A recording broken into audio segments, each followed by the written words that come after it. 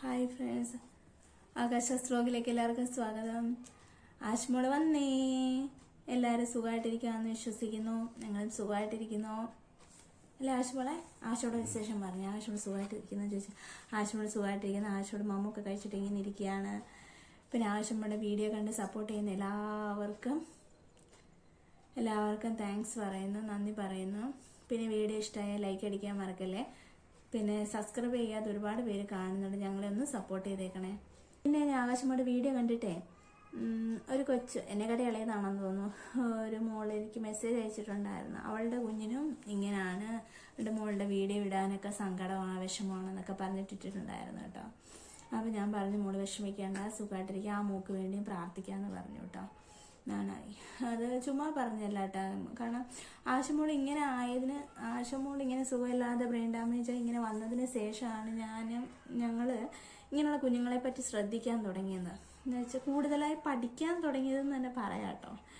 കാരണം നമ്മൾ നോർമലായിട്ട് വേറൊരു കുഞ്ഞിനാകുമ്പോൾ ജസ്റ്റ് നമ്മൾ കണ്ടു പോകുന്നതല്ലാണ്ട് നമ്മൾ അതിനെ ഡീറ്റെയിൽ ആയിട്ട് വാച്ച് ചെയ്യുകയോ പഠിക്കുകയൊന്നും നമ്മൾ ചെയ്യുന്നില്ലല്ലോ. അപ്പം മോളിങ്ങനെ ആയത് പിന്നെ നമ്മൾ ഒരുപാട് സെർച്ച് ചെയ്യുകയും ഒരുപാട് പേര് അന്വേഷിക്കുകയും ബ്രെയിൻ ഡാമേജിനെ പറ്റി പഠിക്കുകയും അതും ഇതൊക്കെ ചെയ്ത് മോളിങ്ങനെ ആയത് പിന്നെ കേട്ടോ.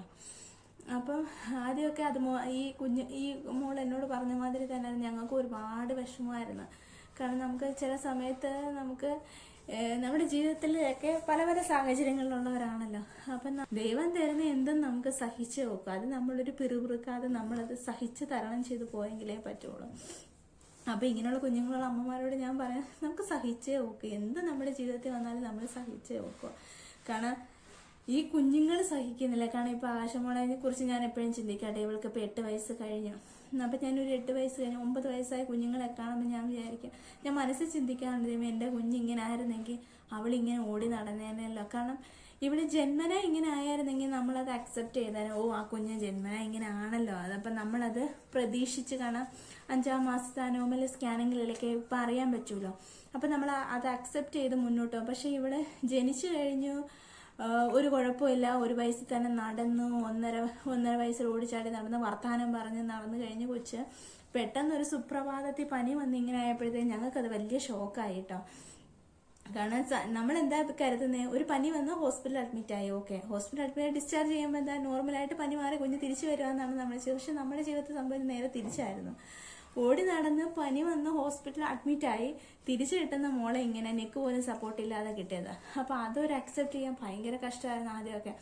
എങ്ങനെ കടിച്ച് പിടിച്ച് നിൽക്കുന്നു അനുഭവിച്ച് അതിപ്പോൾ ഒരു എന്താ പറയുക, അതങ്ങ് തറവായി എന്നൊക്കെ പറയാം. നമ്മൾ പഠിച്ച് തറവാകുന്ന മാതിരി ഈ സങ്കടങ്ങൾ സഹിച്ച് അത് സഹിക്കാൻ അങ്ങ് തറവായി എന്ന് വേണം പറയാൻ കേട്ടോ. എങ്കിലും എപ്പോഴും കരയത്തില്ല, പക്ഷെ പ്രാർത്ഥിക്കുമ്പോൾ കരയും കേട്ടോ. വിഷമം ഇല്ലാന്നില്ല, വിഷമമുണ്ട്, ഒരുപാട് വിഷമമുണ്ട്. ഇവളെ പറ്റി ഓർക്കുമ്പോൾ ഒരുപാട് സങ്കടമുണ്ട്. പക്ഷെ നമ്മൾ കരഞ്ഞിരുന്നിട്ട് എന്ത് ചെയ്യാനാ? ഒന്നും ചെയ്യാനില്ല. നമ്മൾ കരയാന്നല്ലാതെ നമുക്ക് ഒന്നും ചെയ്യില്ല. ഇപ്പം ഞാൻ ആ സമയത്ത് ഒരുപാട് സഹിക്കാതെ വരുമ്പോൾ എങ്ങനെ സഹിക്കും എന്നൊക്കെ പറഞ്ഞ് എപ്പോഴും കരഞ്ഞുകൊണ്ട് നടപ്പായിരുന്നു ഞാൻ ആദ്യമൊക്കെ. കാരണം നമുക്കത് അക്സെപ്റ്റ് ചെയ്യാൻ പറ്റില്ല. അപ്പം ഞാൻ എന്ത് ചെയ്യുന്നറിയാം, അപ്പം എനിക്ക് ആരോ പറഞ്ഞു തന്ന ഒരു വാചകമുണ്ട് കേട്ടോ, ഈ സമയവും കടന്നു പോകും. ഈ സമയവും കടന്നു പോകും. നമ്മൾ എന്ത് സങ്കടം, അപ്പം ഞാൻ എന്ത് ചെയ്തെന്നറിയാം, നിങ്ങൾക്ക് ഒരുപാട് സങ്കടം സഹിക്കാൻ പറ്റാതെ വിഷമത്തിലൂടെ കടന്നു പോകുന്നുണ്ട്. അപ്പം നിങ്ങൾ എന്ത് ചെയ്യുന്നുണ്ട്, ഒരു പേപ്പർ എടുക്കുക, അതിലെഴുതുക ഈ സമയവും കടന്നു പോകും എന്ന് എഴുതിയിട്ട് നിങ്ങൾ എപ്പോഴും കാണുന്നിടത്ത് ഞാൻ ഒട്ടിക്കുമായിരുന്നു. ഞാൻ കിടക്കുന്ന കട്ടിലിന്റെ മുമ്പിൽ തന്നെ അത് എഴുതി ഒട്ടിച്ചിട്ടുണ്ടായിരുന്നു. അപ്പോൾ നമ്മളിങ്ങനെ ചുമ്മാ ഇരിക്കുമ്പോഴും കുഞ്ഞുങ്ങൾ കരയുമ്പോഴും ഇവിടെ സങ്കടങ്ങൾ കാണുമ്പോൾ എപ്പോഴും വിഷമം സഹിക്കാൻ വരുമ്പോൾ ഞാൻ അങ്ങോട്ട് നോക്കും. എന്നിട്ട് ഞാൻ പറയാം, ഈ സമയവും കടന്നു പോകും. എന്ന് വെച്ചാൽ ഈ നമ്മളെ വിഷമിച്ചിരിക്കുന്ന സമയവും ഈ ദുഃഖത്തിലായിരിക്കുന്ന സമയവും ഈ കരഞ്ഞുകൊണ്ടിരിക്കുന്ന സമയവും ഈ സമയവും കടന്നു പോയല്ലേ നോക്കുക. കാരണം ഈ മണിക്കൂറുകൾ പോകുന്ന മാതിരി ഈ സമയവും കടന്നു. അതിന് വിശ്വസിച്ച് എത്ര ദുഃഖം വന്നാലും അങ്ങോട്ട് ഈ സമയം കടന്നു. കാരണം ഈ ദുഃഖത്തിന്റെ സമയം കടന്നു. കാരണം ഞാൻ ആകാശമോളൊക്കെ ഇപ്പോഴാട്ടോ ചിരിച്ചോണ്ടിരിക്കുന്നത്. ഞങ്ങൾക്ക് നേരത്തെ ചിരിക്കാൻ അറിയില്ലായിരുന്നു എന്ന് തന്നെ പറയാം. ഇവള് ചിരിച്ചതിൽ പിന്നാണ് ഞാൻ ചിരിച്ചു തുടങ്ങിയത്. അപ്പൊ പിന്നെ ഞാൻ എന്റെ ദുഃഖം മറക്കുന്നത് ഇവക്കടെ ചിരിയിലൂടെയാണ്. കാരണം ഇവള് ചിരിച്ചില്ലെങ്കിൽ ദേ പോയില്ല, ബലൂണിന്റെ കാറ്റൂതി പോകുന്ന മാതിരി, ഞങ്ങളുടെ ബലൂൺ പൊട്ടിപ്പോകുന്ന മാതിരി ആയിപ്പോ കേട്ടോ. ഇവളുടെ ചിരിയിൽ എല്ലാ ദുഃഖവും മാറി. ഇവള് ചിരിക്കുന്നുണ്ടല്ലോ, അത് മതി, അതാണ് സന്തോഷം കേട്ടോ. അപ്പൊ നിങ്ങൾ ഇതൊന്ന് ട്രൈ ചെയ്ത് നോക്കിക്കേ. എഴുതി ഭിത്തിയിലൊട്ടിക്ക് ഈ സമയം കടന്നു. കാരണം നമ്മുടെ സങ്കടങ്ങളുള്ള ഏത് നിമിഷമാണോ ആ സമയം കടന്നു പോകും. അങ്ങനെയും കടന്നുപോയാണ് മോളിങ്ങനെ ആയതിന് 7 വർഷം വരെ സഹിച്ച് ഇപ്പൊ കുഴപ്പമില്ല എന്നല്ല, ദുഃഖമുണ്ട്. എന്നാലും കരഞ്ഞുകൊണ്ടിരുന്നിട്ട് കാര്യമില്ല. നമ്മൾക്ക് എന്ത് വന്നാലും നമ്മുടെ ജീവിതത്തിൽ നമ്മൾ സഹിച്ചു നോക്കുള്ളൂ. അതുകൊണ്ട് ഇനിയൊരു വീഡിയോ ഇത്തിരി ലോങ് ആയിപ്പോട്ടെ. അതുകൊണ്ട് ഞാൻ ഇപ്പം ഇത്രയും ഇതിൽ നിർത്തുക കേട്ടോ. നെക്സ്റ്റ് വിശേഷങ്ങൾ അടുത്ത ദിവസം പറഞ്ഞേ. അപ്പം ഇങ്ങനെയുള്ള കുഞ്ഞുങ്ങളമ്മമാരുടെ അടുത്ത് എനിക്ക് പറയാനുള്ളത്, ഇതെപ്പോഴും ഓർക്കുക, ഈ സമയം കടന്നു പോകും എന്നെങ്കിൽ അതൊന്നും നമുക്കൊരു പ്രത്യാശയുടെ ഒരു കോൺഫിഡൻറ്റിൻ്റെ ഒരു വാചകമായിട്ട് എനിക്ക് തോന്നിയിട്ടുണ്ട്. എന്നെ എപ്പോഴും അത് ഭയങ്കരമായിട്ട് ഫീൽ ചെയ്തിട്ടുണ്ട്. ഈ സമയം കടന്നു, എന്ത് ദുഃഖം വന്നാലും ഈ സമയം കടന്നു പോകുമല്ലോ, പോകാതിരിക്കില്ലല്ലോ.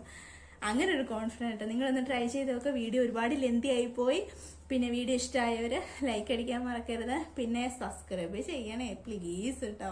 ഒരുപാട് പേര് കാണുന്നുണ്ട്. കാണുന്നവരൊക്കെ സബ്സ്ക്രൈബ്, നിങ്ങളുടെ ഫ്രണ്ട്സിനൊക്കെ ഷെയർ ചെയ്തിട്ട് പറയണം, ഇത് ഞങ്ങളുടെ കുഞ്ഞാണ്, ഞങ്ങളുടെ ആകാശമാണ്, അതുകൊണ്ട് നിങ്ങൾ സബ്സ്ക്രൈബ് ചെയ്യാൻ മറക്കലെന്ന് പ്രത്യേകം പറഞ്ഞേക്കണേ.